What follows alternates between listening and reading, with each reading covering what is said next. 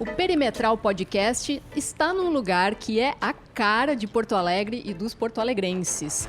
É aquele restaurante especial onde a gente vai com a família e leva as visitas. Há décadas é o ponto de encontro de políticos, empresários, artistas e intelectuais gaúchos. Eu tô falando da Churrascaria Barranco, que em 2024 completa 55 anos de história. É sobre isso que a gente vai falar no episódio de hoje. Perimetral, sempre para Cindy Lojas Porto Alegre, a melhor solução para o teu negócio. Na produção, temos Eduardo Chaves, Kizzy Abreu e Rafaela Knevitz. Operadores de audiovisual, Evandro Sena, Leonardo Reis e Eduardo Outeiral. Paulo Germano, meu companheiro, hoje nós vamos passar bem aqui, hoje né? Tô legal. Hoje é um prazer estar aqui no Barranco, um restaurante que faz parte da minha história, como da história de grande parte dos porto-alegrenses. Eu frequento o Barranco desde criança com meus pais. E estou muito feliz de estar aqui hoje contando a história do Barranco junto com o Elson, que está aqui com a gente. O Elson, que é o dono, sócio, é dono mesmo, né, Elson? Eu não tenho mais sócio, morreram todos os meus sócios. Estou sozinho. Sozinho, infelizmente, mas tudo bem. Já faz 4 anos que eu morreu o meu sócio. O teu crédito direitinho é Elson do quê? Elson Furini. Elson Furini. Isto. Ô, Elson, eu vou começar perguntando como é que começou o Barranco. Na verdade, o Barranco é uma casa de aluguel que tinha aqui, que era um colégio infantil, um colégio infantil. Aqui era um colégio? Foi numa parte dessa casa aqui. Aí aqui aconteceu, porque aqui morava, foi a chácara dos Teles, Chaga Teles, pessoa, ela fazia parte de uma fazenda, a fazenda vinha do Riacho Ipiranga até ali em cima, na Nova York, de lá era Igartua e do outro lado era Monteiro. E aí teve um pessoal que estava estudando, estava se formando na faculdade de arquitetura, e a filha uma filha de um rapaz desse, de um senhor esse, era dono da churrasquita ali na Riachuelo. Aí eles chamaram o pessoal, quiseram fazer um projeto, fizeram um projeto de uma churrascaria. Isso que ano nós estamos falando? 1969, 68, tá. Final de 68. Aí é o seguinte, daí aqui na frente passava bonde, era diferente. Outra Porto Alegre, era outra Porto Alegre, exatamente. Daí eles fizeram o projeto, chegou no projeto, levaram para o dono do restaurante e ele disse assim, não, muito obrigado, é muito grande esse projeto, vocês podem tocar. Tá bem. Aí parou. Aí um dia eles se formaram e disseram assim, toma o projeto para ti, e você pode, quiser usar ou não. Daí ele convidou a 2 pessoas que tinha junto com ele, no outro restaurante ali no centro, e resolveram fazer aqui uma casa, na verdade fizeram uma casa de verão, uma casa, não tinha nada, essa janela, não tinha nada, era fechado aqui dentro, e aí era uma casa pequena. E aí eles começaram a trabalhar e fizeram, em 1969, em 11 de abril foi inaugurada. E eu, particularmente, inaugurei em outubro de 69, uma casa de chopp no Beira-Rio chamada Barril. Acho que você não se lembra disso. No Beira-Rio? Lá em cima do Beira-Rio, por lá de cá, uma casa de chopp chamada Barril. Tá. E aí eu fiquei lá em 69, 70, 71 eu vim para cá. 1º de maio de 1971 eu vim para o Barranco. Mas aí, desculpa, entre 69 e 71 tinha o que aqui? Churrascaria. Churrascaria deles? Deles. Não era a tua? Não era minha. Aí o seguinte, daí um dos sócios... Barranco? E um dos sócios... O Barranco aconteceu o seguinte, eles não sabiam como ia botar nome, gaúcha, não sei o quê. Aí pediram para a senhora, a mulher de um dos fundadores aqui, o que tu acha o nome? Ela disse, lá não é um barranco, bota Barranco. E daí surgiu o nome Barranco. Porque é um barranco isso aqui, né? Porque tem um barranco. Tinha um talude aí de 2, 3 metros. Depois, quando o Vilela aumentou o Protásio Alves, tive que cortar. Daí fui eu que fiz o muro, tudo, essas coisas, foi comigo. Mas aí em 71... Quando eu estava no Barril, eu era subgerente lá e era relações públicas. Aí o dono, um dos sócios aqui, faleceu, a mulher dele, ele disse, Elson, quer vir para cá, que a gente se conhecia de fora daqui, eu não vou mais trabalhar e tal. E daí eu vim para cá, ele me vendeu a participação dele, e eu comecei a vir para cá, e daí foi 1º de maio de 1971 que eu estou aqui. Começou na minha data aqui dentro, agora eu estou fazendo 53 anos. Agora, dia 1º de maio, E o Barranco está fazendo 55 anos, 11 de abril, que é a data da inauguração. E o que explica uma longevidade? Porque é muito difícil, né, Elson, superar as crises econômicas. Vocês passaram por tudo aqui, né? Foram muitas crises nesses anos todos. O que explica essa longevidade e vocês terem conseguido essa fama de marcar Porto Alegre, de ser um lugar que tem uma afetividade, um carinho, né? O porto-alegrense tem isso. Como é que foi conquistado isso? Tem alguns fatores. Da seguinte forma. Em primeiro lugar, Porto Alegre não tinha uma longevidade, a abertura do restaurante, não tinha o Gambrinos no centro, mas depois parou. Não é Gambrinos, era... Gambrino, acho que era. O Gambrinos, o Naval, era um restaurante não, mas era o mais antigo, era um outro. E daí o Barranco ficou ficando aberto até mais tarde. Então, apostando na tarde toda, no dia todo, ficando com gente. Nos primeiros tempos que eu vim para cá, era oneroso, custava caro ficar aberto, porque tem que ter 2 equipes de funcionários e, de repente, não valia a pena financeiramente. Mas a insistência, a gente conseguiu começar a ter um espaço. Outra parte... Desculpa, o diferencial era que tu estendia por mais tempo o horário de funcionamento do estabelecimento. Isso não tinha antes. Não, é o seguinte, antes fechava às 2 horas da manhã a entrada. Aí depois, quando eu vim para cá, eu comecei a fazer o super fecha, que fechava às 5 da manhã.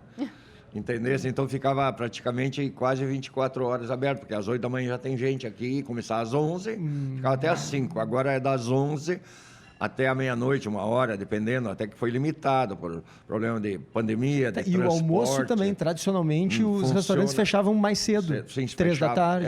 2h30, 3 horas. E o Barranco nunca fechou à tarde. Então, isso começou a dar um conhecimento de boca a boca, as pessoas falando. Isso me ajudou muito. Eu fui para o aeroporto, botei propaganda, alguma coisa lá na chegada dos passageiros. Enfim, uma série de coisas que me ajudou. Uma coisa mais importante que tem aqui... Fiz no aeroporto, muitos anos lá no aeroporto. Agora não tenho mais. E uma coisa que mais, sempre a preocupação minha é o seguinte... É qualidade dos produtos. Tu tem que estar sempre atualizado, tu tem que estar evoluindo, acompanhando a evolução, botando, computador. Eu fui o mais resistente, fui eu. Em 1990, quando botei o primeiro computador, eu entrei em parafuso, fiquei 3 meses estudando como é que ia ser a coisa. Computador para gerenciar o sistema. Para tirar, era um caixa, aquelas caixas antigas, te lembra? E daí eu botei um computador para gerenciar, mudar o sistema. Então, a primeira resistência foi minha, na verdade, porque eu estava numa outra época, numa outra geração, não estava acostumado com isso. E quando há uma mudança, gera resistência, né? Você sabe disso, muito gera resistência. Então, eu fui o primeiro, mas eu era como dono da casa, eu não posso, eu tenho que me adaptar. E daí começamos. Eu acho que o acompanhamento da evolução que ajudou a gente e ajuda a gente a se manter. Outra coisa muito importante que eu tenho aqui é a simplicidade da casa. É uma casa simples, bem simples, na rua. Tem aquelas pedrinhas que a gurizada joga e tal, mas tem produtos de qualidade sempre, bastante produto de qualidade. Eu achei que ele ia dizer que outra coisa importante que eu tenho aqui é o assador. Porque como é que fazem? Para manter essa qualidade tem que ter um bom assador. Ou assadores, são quantos assadores? São 6 assadores. 6 assadores. 3 de dia e 3 da noite. Mas eu tenho, por exemplo, os assadores mais antigos, cada um tem 36 anos comigo. Um está aposentado, outro está se aposentando, mas eles não largam. Só para vocês terem uma ideia, eu tenho 9 funcionários aposentados que estão trabalhando comigo, que não deixam a casa. Então, eu acho que os colaboradores, a parceria que a gente tem com os colaboradores é muito importante, que eles me fazem o todo aqui dentro, eles que me sustentam, na verdade, mas entendeu? Tem um processo de seleção, que a Ju perguntou, é interessante. Para ter bons assadores, claro, tem que ter bons assadores, senão não garante a qualidade Basta do teu ter carne produto. boa, né? Tem que ter um cara que saiba assar, né? Isso, como é que fizeram a seleção desses caras? Não, acontece o seguinte, ó. Ou vocês mesmos ensinam? Porque o assar é a parte, eu digo que é a parte mais fácil, no final da coisa. O problema maior é a produção. Eu recebo a mercadoria, vê a qualidade da mercadoria que entra, vê a temperatura, se a mercadoria está na temperatura certa. E aí entra para a minha câmara fria, depois da câmara, ela é tirada para a câmara de descongelamento e daí você começa a fracionar. Essa retaguarda é a retaguarda que dá mais trabalho. Então, porque o cara pensa, eu sou assador, chega lá e pega um espeto e bota no fogo. Não é assim que funciona. Funciona de outra maneira. Tu tem que treinar a pessoa para ela saber fazer a higienização dos produtos, temperatura certa, os cortes certos. A gente tem balança por tudo. Eu tenho um nutricionista que me segue 3 vezes por semana. Então, é um trabalho, um conjunto de pessoas, de colaboradores que eu tenho aqui que faz. Então, aí, quando chegar na hora, aí cada assador tem uma sensibilidade diferente. Um enxerga melhor o ponto da carne, tem um que sempre se sobressai, mas todos eles assam. Mas tem algum deles que tem uma facilidade muito grande de assar e enxergar o ponto da carne certa que chegar no cliente. Eu tenho pouca dificuldade, assim, troco muito pouca carne, assim, tá muito mal passada ou tá muito passada. Praticamente o garçom pede para o cliente qual é como é que é o ponto? O ponto da carne, exatamente, e aí eles dizem, eu quero normal, eu quero bem passado, mal passado, e ele passa para o assador e o assador faz isso. Então, dificilmente volta. Dificilmente. Eu tendo bastante pessoas aqui, ontem, sábado e ontem, a gente atendeu sempre mais de 1.000 e tantas pessoas e eu não tive uma troca de carne. Wilson, tem um ponto interessantíssimo que tu tocaste, que é o seguinte, a simplicidade da casa, né? O Barranco é um dos restaurantes, dos espaços, não só restaurante, tem alguns em Porto Alegre, pode ser um cinema de bairro, ou uma lancheria, ou, enfim, pode até ser uma sorveteria, que seja uma farmácia, mas que consegue sustentar um estilo pessoal, né?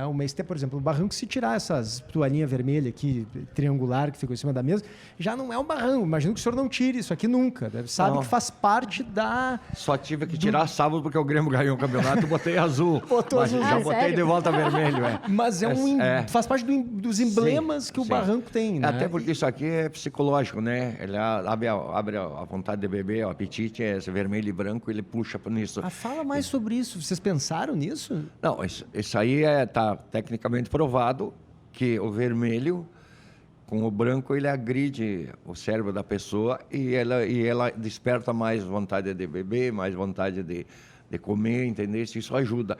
O marrom, o azul, acalma, isso acalma. O marrom azul... Acalma. Eu tenho na rua, por exemplo, eu não posso botar vermelho por causa das árvores, então eu boto o azul.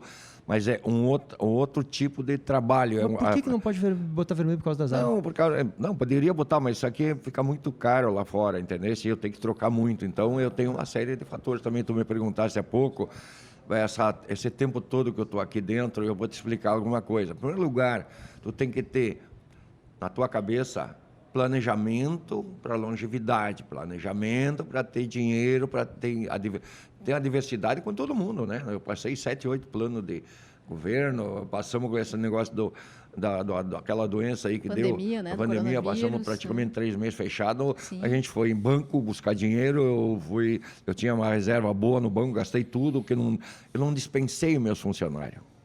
Eu fiquei com os anos 98, eu fiquei com 90, entre aqui o barranquinho. Eu não tirei fora eles. Tem o barranquinho aqui do lado. Tem o barranquinho, entendeu? Então, nesse tempo todo, eu me estruturei. Tanto é que o meu sócio, o Chiquinho, morreu por estresse por causa disso. Eu acho que deu um infarto, faz 4 anos agora, e ele se estressava muito na época dessa pandemia. O Chiquinho, né? O Chiquinho. Então, eu digo para vocês que o importante é se estruturar e pensar. Eu sempre fui a parte pensante, fui a parte da retaguarda financeira, o Chico era mais das relações públicas, ele gostava da parte da frente. E eu, hoje em dia, faço tudo o que der para fazer. Tenho esse meu pessoal que me ajuda aí, o Jorge, a Aline, o Mano, meu filho. Ô, Jorge, vem cá. Tá chegando uma surpresa aí, uma amostra, né? É verdade. O Perimetral Podcast vai mostrar na prática como é bom o barranco. Que maravilha. Jorge, senta aqui com a gente um pouquinho, Jorge. Tradicional Já fica aí. polenta. O que mais tem aí? Apresenta pra gente, Elson. Ou o Jorge, né? Aqui é o seguinte, ó, é uma picanha Angus picada. Aqui um pedaço de lombo com queijo também assado e uma polenta fina. Entenderam? Ó. Tá bom? Maravilhoso. Pega Vou passar aqui na aqui. tua frente para provar. Ponto. Pega ali, pode. Abre ali, Jorge, para mim, faz favor. Entenderam? Então, isso tudo ajudou. Eu passei nessa fase toda, estou passando a minha vida aqui dentro, e eu digo que eu gosto muito daquilo que eu faço, adoro aquilo que eu faço. Entendeu? E tenho orgulho de ter chegado onde eu cheguei, trabalhando sempre, honestamente, sendo reconhecido, sou cidadão emérito da cidade desde 30 anos para trás e tal. E, então, isso é uma dedicação.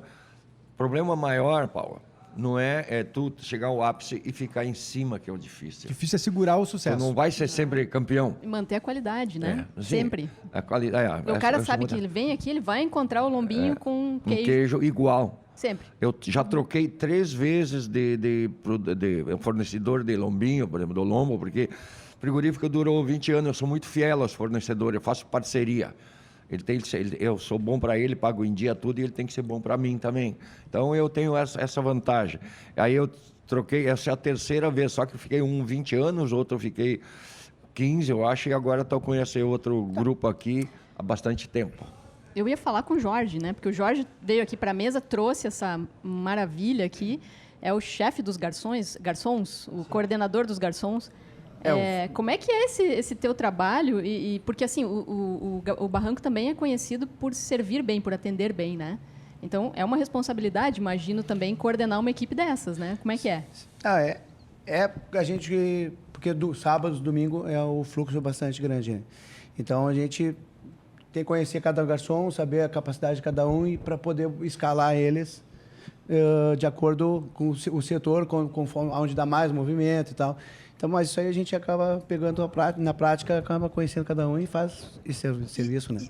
Não quero perder aqui o gancho do lombinho. Do lombinho, né? Acho que tem que falar do lombinho. Que o senhor disse, Elson, que o lombinho é sempre o mesmo, sempre igual. Sempre o mesmo, Então, onde é que surgiu a ideia do lombinho com queijo? Claro. Eu vou te explicar. É o seguinte, lombinho Porque todo mundo... É um clássico do Barranco. Sim, lombinho todo mundo fazia.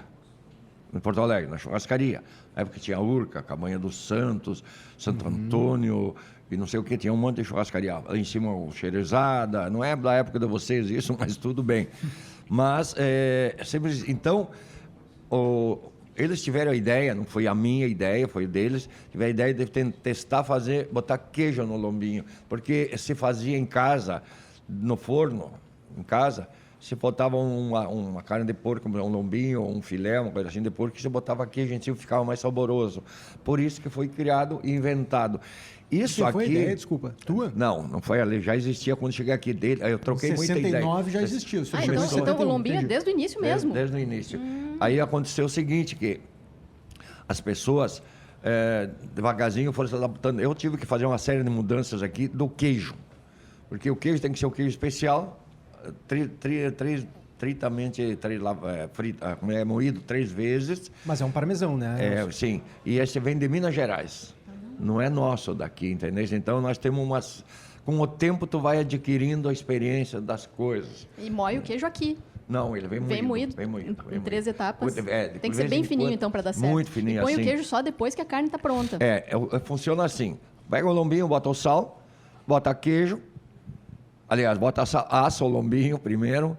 Aí, quando ele estiver pronto, tira o sal e põe na forma de queijo dos dois lados e leva ele 30 segundos para cada lado só. Porque senão cai o queijo. E tem uma coisa importante. Que é para segurar na carne. Exatamente. E tem uma coisa muito importante, viu? Não adianta eu tentar fazer na minha casa, dizer para vocês, fazer na casa de vocês, que tem um segredo da churrasqueira, a temperatura. Isso é o segredo que mantém. Porque a minha casa, por exemplo, tua casa, tu faz churrasco uma vez por semana, uma vez por mês, sei lá eu, tu pega a tua churrasqueira, ela está fria. E a minha está praticamente 24 horas com calor, com refratário, com tudo. Embora tenha refratário na minha casa também, mas não é o problema. Eu não consigo fazer lombinho de porco em casa. Eles me perguntam, me ensina a fazer? Eu ensino, só que tu não vai conseguir a qualidade que se faz aqui.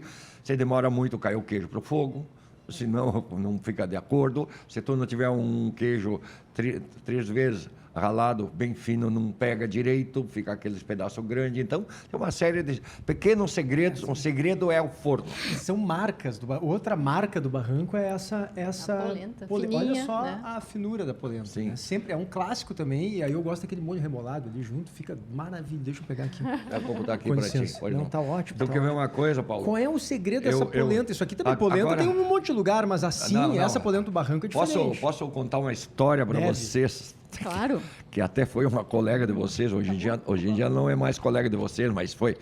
A Tânia Carvalho, em 1970. Grande, Tânia. Diva da TV gaúcha. Isso. Ela sentava aqui nesse salão, mais ou menos numa mesa aqui assim. Aí ela vinha normalmente 3, 4 da tarde, de domingo, almoçar. E ela pediu galeto. Aí pedia galeto, daí a gente servia, e na época a gente servia uma polenta grossa, não era fininha assim. Aí um dia ela me chamou, Elcio, vem cá. Eu digo, pois não. Eu era bem jovem na época também. Ela disse, vem cá, eu não gosto da polenta grossa, não pode tu fazer mais fininha para mim? Foi assim que surgiu, Assim então? surgiu. Aí eu fui lá na cozinha e pedi para ela da cozinha. Ela me faz uma polenta mais fininha, assim, um pouco mais fininha. Daí ela fez, eu trouxe para ela. Aí no domingo seguinte ela pediu novamente. Aí no terceiro domingo, outras mesas estavam almoçando, viram e começaram me pedindo, dá para fazer a polenta fininha para nós também. Comecei a fazer. Aconteceu o seguinte, eu acabei comprando mais 3 máquinas fritadeiras, eu acabei fritando as polentas, vendendo aqui, isso foi cria minha, isso aqui foi cria minha, entendeu? Mas a Tânia que criou, na verdade, ela sabe. Tânia que sacou. Eu sempre falo pro guri dela que vem aqui seguido, que a gente trabalha, o Diogo, que a gente trabalha, e ela, Destemperado, já contei a história para no programa de jogo também, que ela foi a mentora, na verdade, disso. Da polentinha do barranco. Polenta, exatamente. Ô, Jorge, e o que mais as pessoas pedem? É a polenta? É a picanha? O que... Hoje o pessoal chega, o que mais é polenta, chopp polenta e carrinho de salada. O pessoal chegou... Carrinho de salada. Pessoal boa deixa pra gente falar sobre isso. Tá. Que história é essa de carrinho de salada? O carrinho de salada, quando eu cheguei, eu estou há 19 anos no barranco. O carrinho já existia, o Celso sabe bem, antigamente o carrinho já foi até de Vime, né, Celso? Foi, antigamente ele era até fixo, só tinha aqui dentro, no início.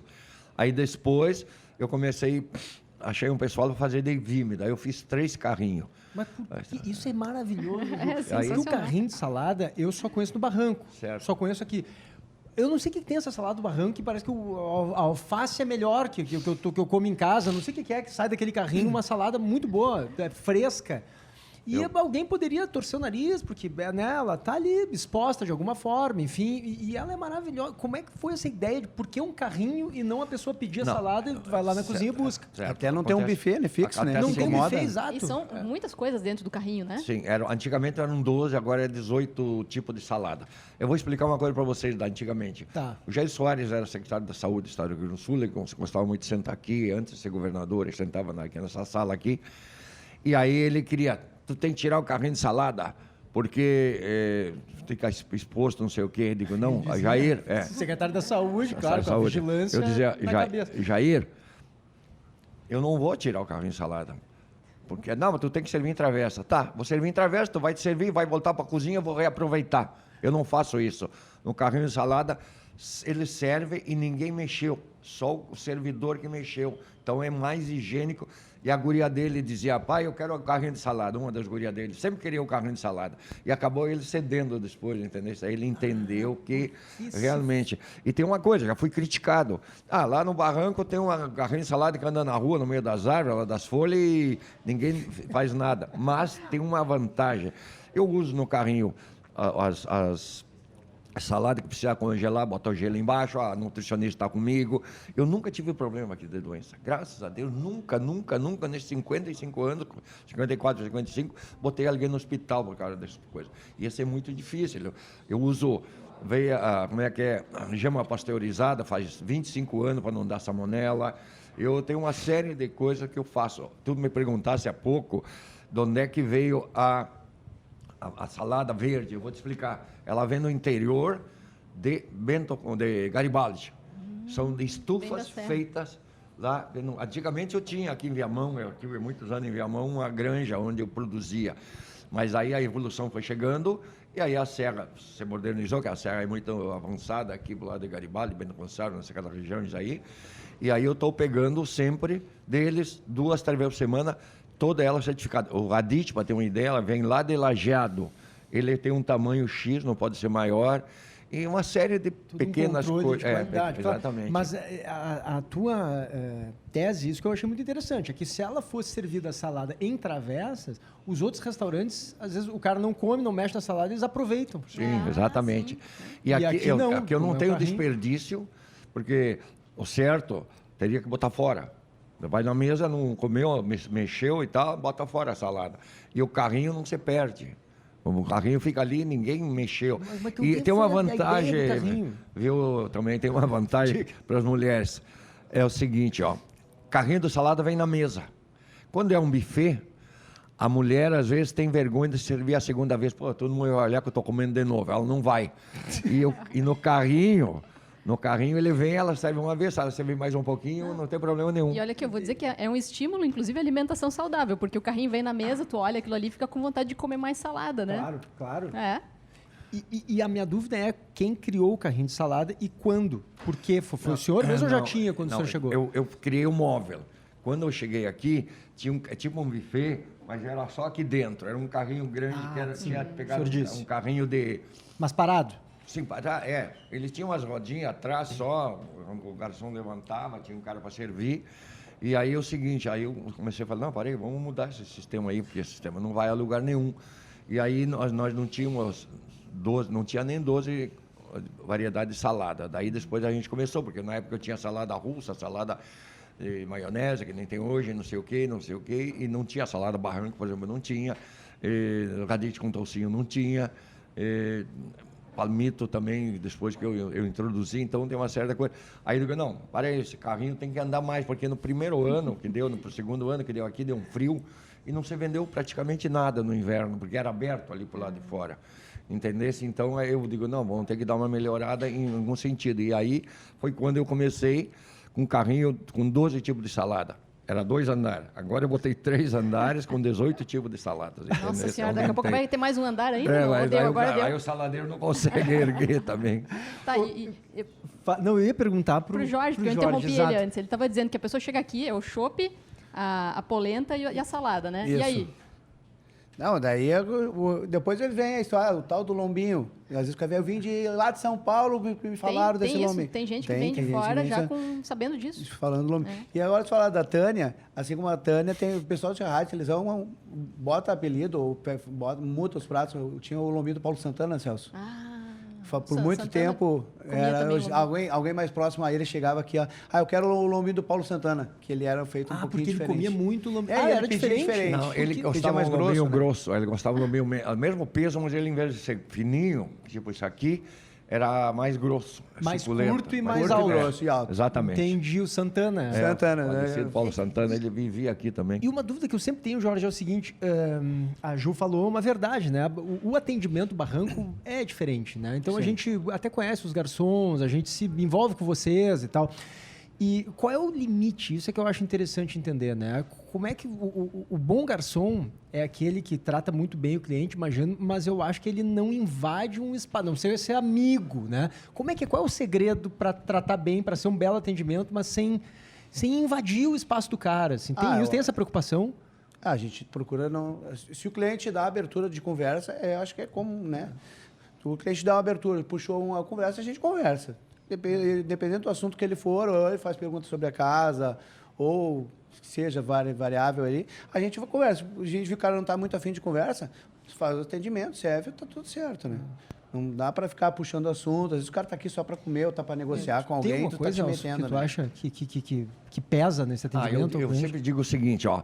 Eles não podem avançar, que nem o Jorge falou, o sinal. Eles têm que ver, se o cliente chamar aí da abertura, eles têm todo o direito de conversar, falar e tal, mas se não, deixa o cliente quieto, porque às vezes o cara está com um problema, às vezes o cara não quer falar, às vezes o cara está olhando o telefone, trabalhando assim, então eles sabem disso. Eu faço reunião praticamente toda semana com a Aline faz reunião com os garçons, com o Jorge, que aqui tem que ter uma coisa muito importante, Paulo. O grande segredo disso que tu perguntaste bem no início é a motivação das pessoas. Tem que motivar todo dia, motivar. E aí a pessoa se sente orgulhosa disso, se sente importante e vai trabalhar dentro do espírito da casa. Isso é muito importante. Por isso que eu tenho todos os funcionários antigos, praticamente. E gente, assim, a gente sabe que tem muito artista que vem aqui, muita gente famosa, né? Gente de fora. Se tem alguns nomes aí, quem é que já andou aqui pelo Barranco e quem ainda não andou que vocês gostariam muito de receber? Eu tenho uma história engraçada que eu posso falar para você. Não sei quantos anos faz, mas muitos anos atrás. O falecido Maurício Sirotsky trouxe para Porto Alegre, veio para Porto Alegre aqui o Sammy Davis Jr. Não sei se vocês sabem quem é o Sammy Davis Jr., um cantor americano de cor preta, famoso e tal. Mas isso ele veio quando? Anos 80? Não, acho que antes de 80. Quando a RBS fez não sei quantos anos, não me recordo. Tem uma história rápida. Primeiro vou contar o final, depois vou contar daqui. Aí ele tanto é que ele foi ali para Sojipa fazer um show para a RBS e faltou luz. E ele cantou no gogó e tentou todo mundo, Sammy Davis Jr. Mas quem trouxe ele para Porto Alegre foi o Dodge Sirene, o Chicão Chiesa. E daí ele estava em Buenos Aires e ele veio para cá. Aí eu tô ali na frente, em inverno, chegou o Maurício e disse o seguinte: Elson, tu tá apresentando, era um senhor baixinho, de cor preta, capote, chapéu, vou te apresentar o Sammy Davis Jr. Eu me deu vontade de dizer, tá, eu sou Elcio Furino, mas fiquei quieto na gozação, né? Aí ele se apresentou e eu botei ele lá embaixo, no salão de baixo. Aí ele perguntou assim, o que nós vamos servir para ele? Ele nunca comeu carne do Brasil. Eu disse para ele, bom, vou fazer o seguinte, Maurício, vamos pegar e vamos botar uma picanha, ver o que acontece. Porque esse cara nunca comeu carne no Brasil, ele veio com o avião dele, com a cozinheira dele, com a comida dele, tudo dele. Ele vinha com tudo. Estava no Plaza São Rafael. Aí a gente serviu uma picanha e ele cortava uma medalha picanha, assim, ele cortava os pedacinhos bem pequenininhos, assim, e ia testando, comendo. Aí ele gostou, aí o Maurício me chamou, fiz uma outra picanha para eles, e ele comeu toda, e aí, na terceira vez, ele me chamou, vem cá, tu não consegue uma carne dessas? Eu não falava inglês, mas o Maurício lá, para mim levar para o hotel, para minha cozinheira fazer amanhã, eu disse, claro que eu consigo. Mandei carne crua para a cozinheira outro dia. E daí eu fiquei sabendo pelo Dodge Sirena, um dia, uma apresentação que ele estava fazendo, e ele falou que foi a primeira vez que o Sammy Davis Jr. comeu carne fora do estado, no Brasil, foi aqui no Barranco. Que maravilha! Olha aqui, eu tenho a informação de que o Sammy Davis Jr. se apresentou no Salão de Atos da URGS, pode ser? Em 1982. Pode ser. 1982. Ser, isso aí. Então, o Maurício que trouxe ele. Maravilhoso. Então, tem certas coisas. Eu tenho muitas lembranças aqui, mas uma das coisas que eu não citei no início é a qualidade dos produtos da carne, porque eu sou produtor rural agora faz 30 anos, 32 anos, e eu tenho gado também. Você é de onde, Elson? Tenente Portela. Tenente Portela. Lá dos índios, lá de cima, lá dos índios Guarani, mas eu tenho uma fazenda aqui em Mostarda, então me deu um upgrade, um conhecimento muito na carne. Então, hoje em dia, eu vou nos frigoríficos, eu consigo identificar bem a carne, o gado, o tipo de gado, a alimentação, uma série de coisas que segura muito o cliente. Por isso que às vezes me perguntam, por que é sempre igual? Sempre igual porque a gente acompanhando a evolução, entendeu? E quando tem uma carne que não é satisfeita, para a gente, tira fora e isso aqui não serve para nós. Tá, e antes de começar o programa, tu me contou que tem uma pessoa que não veio aqui ainda, mas que vocês já mandaram carne para ele. O rei Roberto Carlos. Quero saber dessa história, porque é fantástica. Não, é que o Roberto Carlos estava, na época, no Voltaire Embaixador, e aí veio aqui com o Erasmo Carlos, só alterando um pouco, o Erasmo Carlos ficou meu amigo na época, ele vinha a Porto Alegre quase todo fim de semana e ficava sábado até às 7 da manhã aqui comigo, tomando chopp e tal. E daí, essa vez, o Roberto estava lá no hotel Embaixador, e aí alguém me pediu, ela falou, manda uma carne, umas picanhas para o Roberto Carlos, estava ele com mais pessoas lá, aí a gente assou e mandou entregar lá para ele, lá no Hotel Embaixador, para ele. Manda umas picanhas aí. Olha ali o carrinho. Tá aí o famoso carrinho. Só para mostrar aqui o famoso carrinho de salada do Barranco, ó, que agora tem 3 andares. Viu só? Ele tinha 2, né, Elson? Tinha 2 só. Tinha 2, agora tem 3. Ó. Chega aqui na frente pra gente ver. Isso. Ó. Olha que beleza. O que tem aqui, meu amigo? Deixa eu te perguntar. Começa a falar. Beterraba, salada de maionese, feijão branco, tomate, alface, cebola, brócolis, cenoura ralada, pimentão amarelo, pepino, cenoura cozida e os cogumelos. Tá. Ali embaixo? No andar de baixo temos couve-flor, vagem, chuchu, rabanete, rúcula e radite. Sabe que eu acho que eu nunca tinha me dado conta do andar de baixo, Elson. Sim, o andar de baixo fica meio escondido, né? Pois é, não, e tu sabe que são coisas até que eu não sou muito fã, assim, rabanete, ali, não, mas tem um couve-flor eu como até. Mas o meu principal tá aqui em cima. Mas a gente usa para estimular, né? As pessoas gostam disso aqui, vai. Claro. O que menos Obrigado, sai, meu velho, valeu. O que menos sai fica para baixo. Obrigado, Marcos. Muito bom.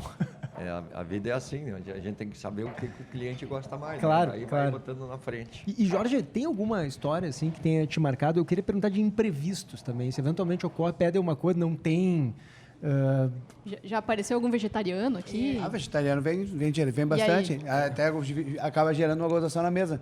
Que às vezes vem 10 pessoas, tem um vegetariano que tá fazendo o que aqui? Numa churrascaria. E aí o carrinho de salada é a salvação, né? Salada, Claro. polenta. E daí o vegetariano come o carrinho inteiro de salada, come um queijinho, come uma massa ao sugo, uma massinha na manteiga. E todo mundo fica feliz, né? E eventualmente já ocorreu, imagino que deve ter ocorrido, né? 55 anos de restaurante, que é as pessoas que tomam trago demais, né? Isso ocorre, né? Acontece. E aí já teve situações assim muito desagradáveis, de ter que tirar alguém do restaurante, ou como é que se lida com essas muitas situações? vezes, É bastante. mesmo? Bastante, levando para casa, eu mandava meus motoristas levar o cara para casa, um monte de gente. Isso aí é uma coisa mais comum que a quando gente... surgiu a lei seca, a gente levou bastante gente para Sim, casa, mas né?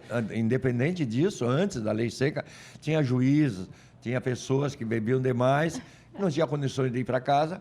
Aí não é o Jorge, mas era o segurança lá da rua, os motoristas, leva o carro e leva para casa, ou deixa o carro aqui, leva ele para casa e avisa lá para a mulher dele, ou se ninguém que tivesse em casa, trouxe ele aqui, amanhã o carro está lá. Isso acontece seguido. E já tive que sair por via de fato, né, Celso? Já. Aquela vez dos caras... Tinha uma mesa aqui, cheguei, eu sou praticante de jiu-jitsu, eu sou faixa preta de jiu-jitsu. né? Jorge. Que bom ter um chefe de garçom assim, hein? Ah, Eu faço jiu-jitsu. Tenha respeito, viu, Juliana? nossa, E aqui aí- nesse salão aqui tinha uma Como é mesa, que tinha foi dois. isso, Jorge? E aí deu uma briga? Cheguei do treino, tava aquecido, né? Tava aquecido. Cheguei, parei no balcão escorado ali e tava rolando uma discussão com o Celso.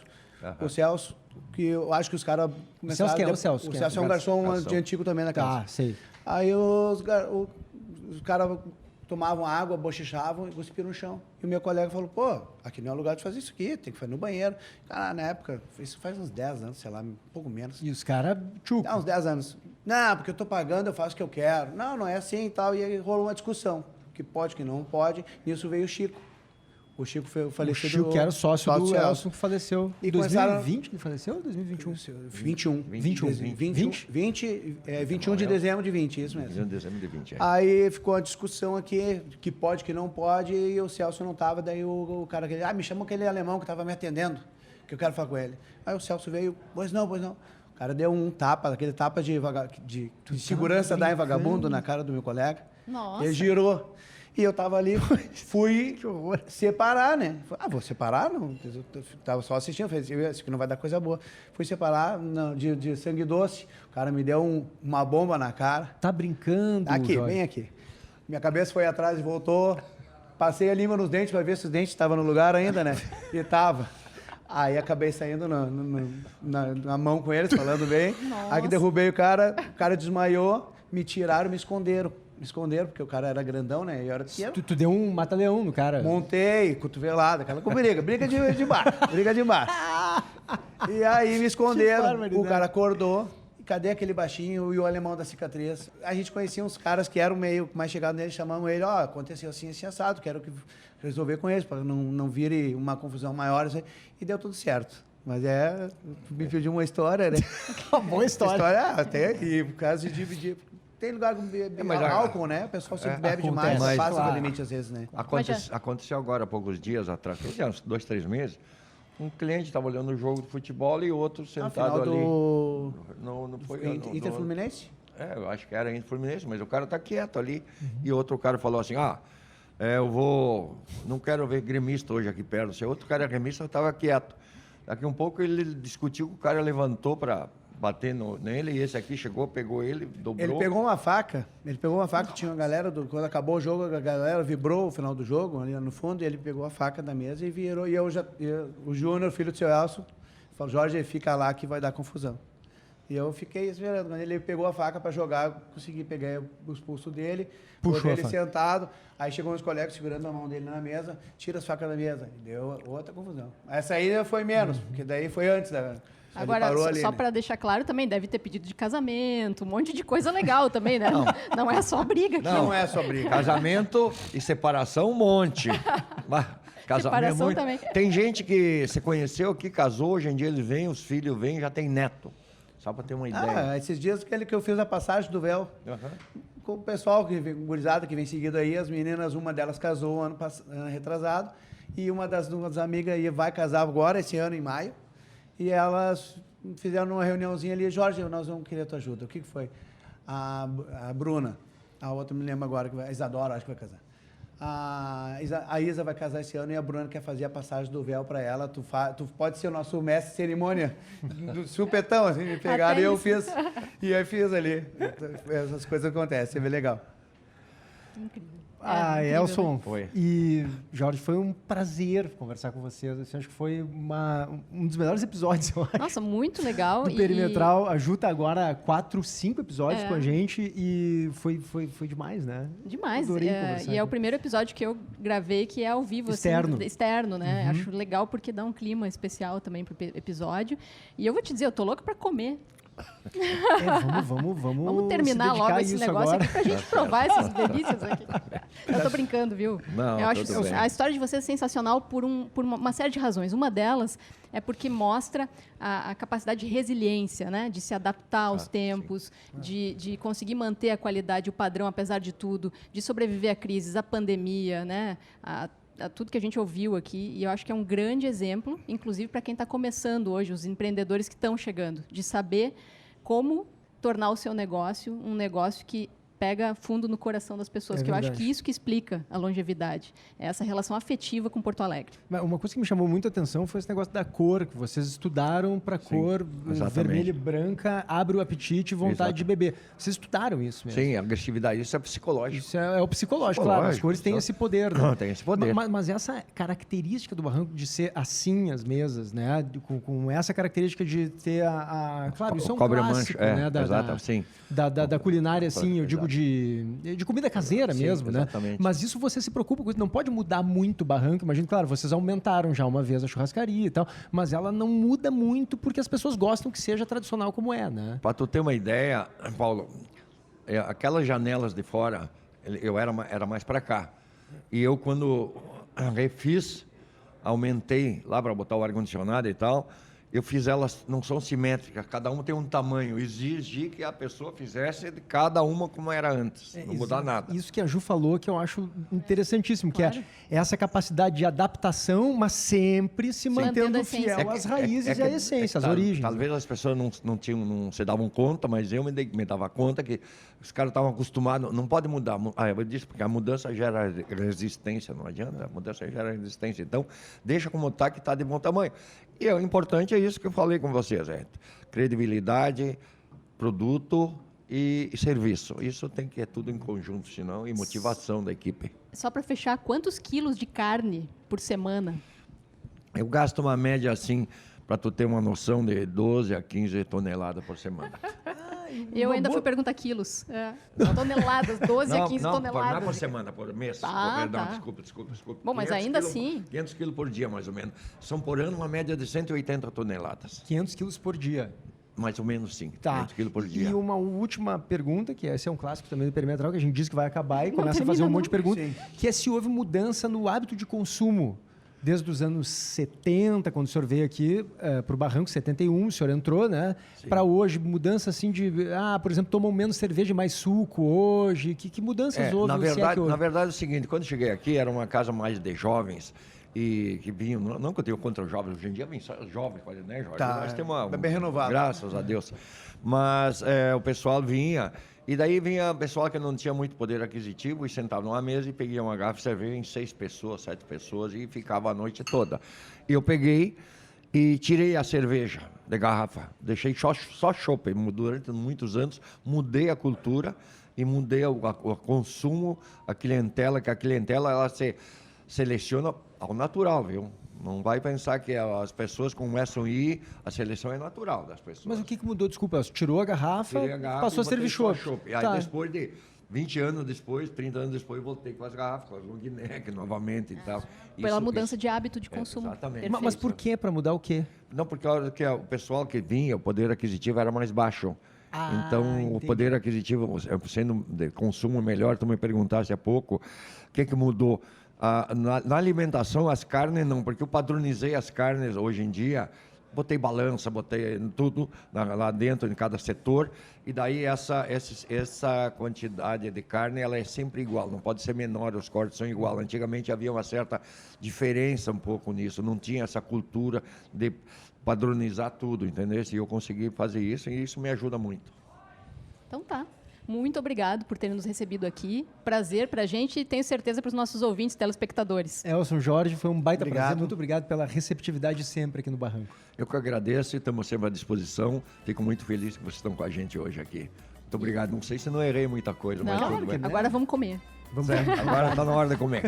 Tchau. Tchau, gente. Até semana que vem. Obrigado.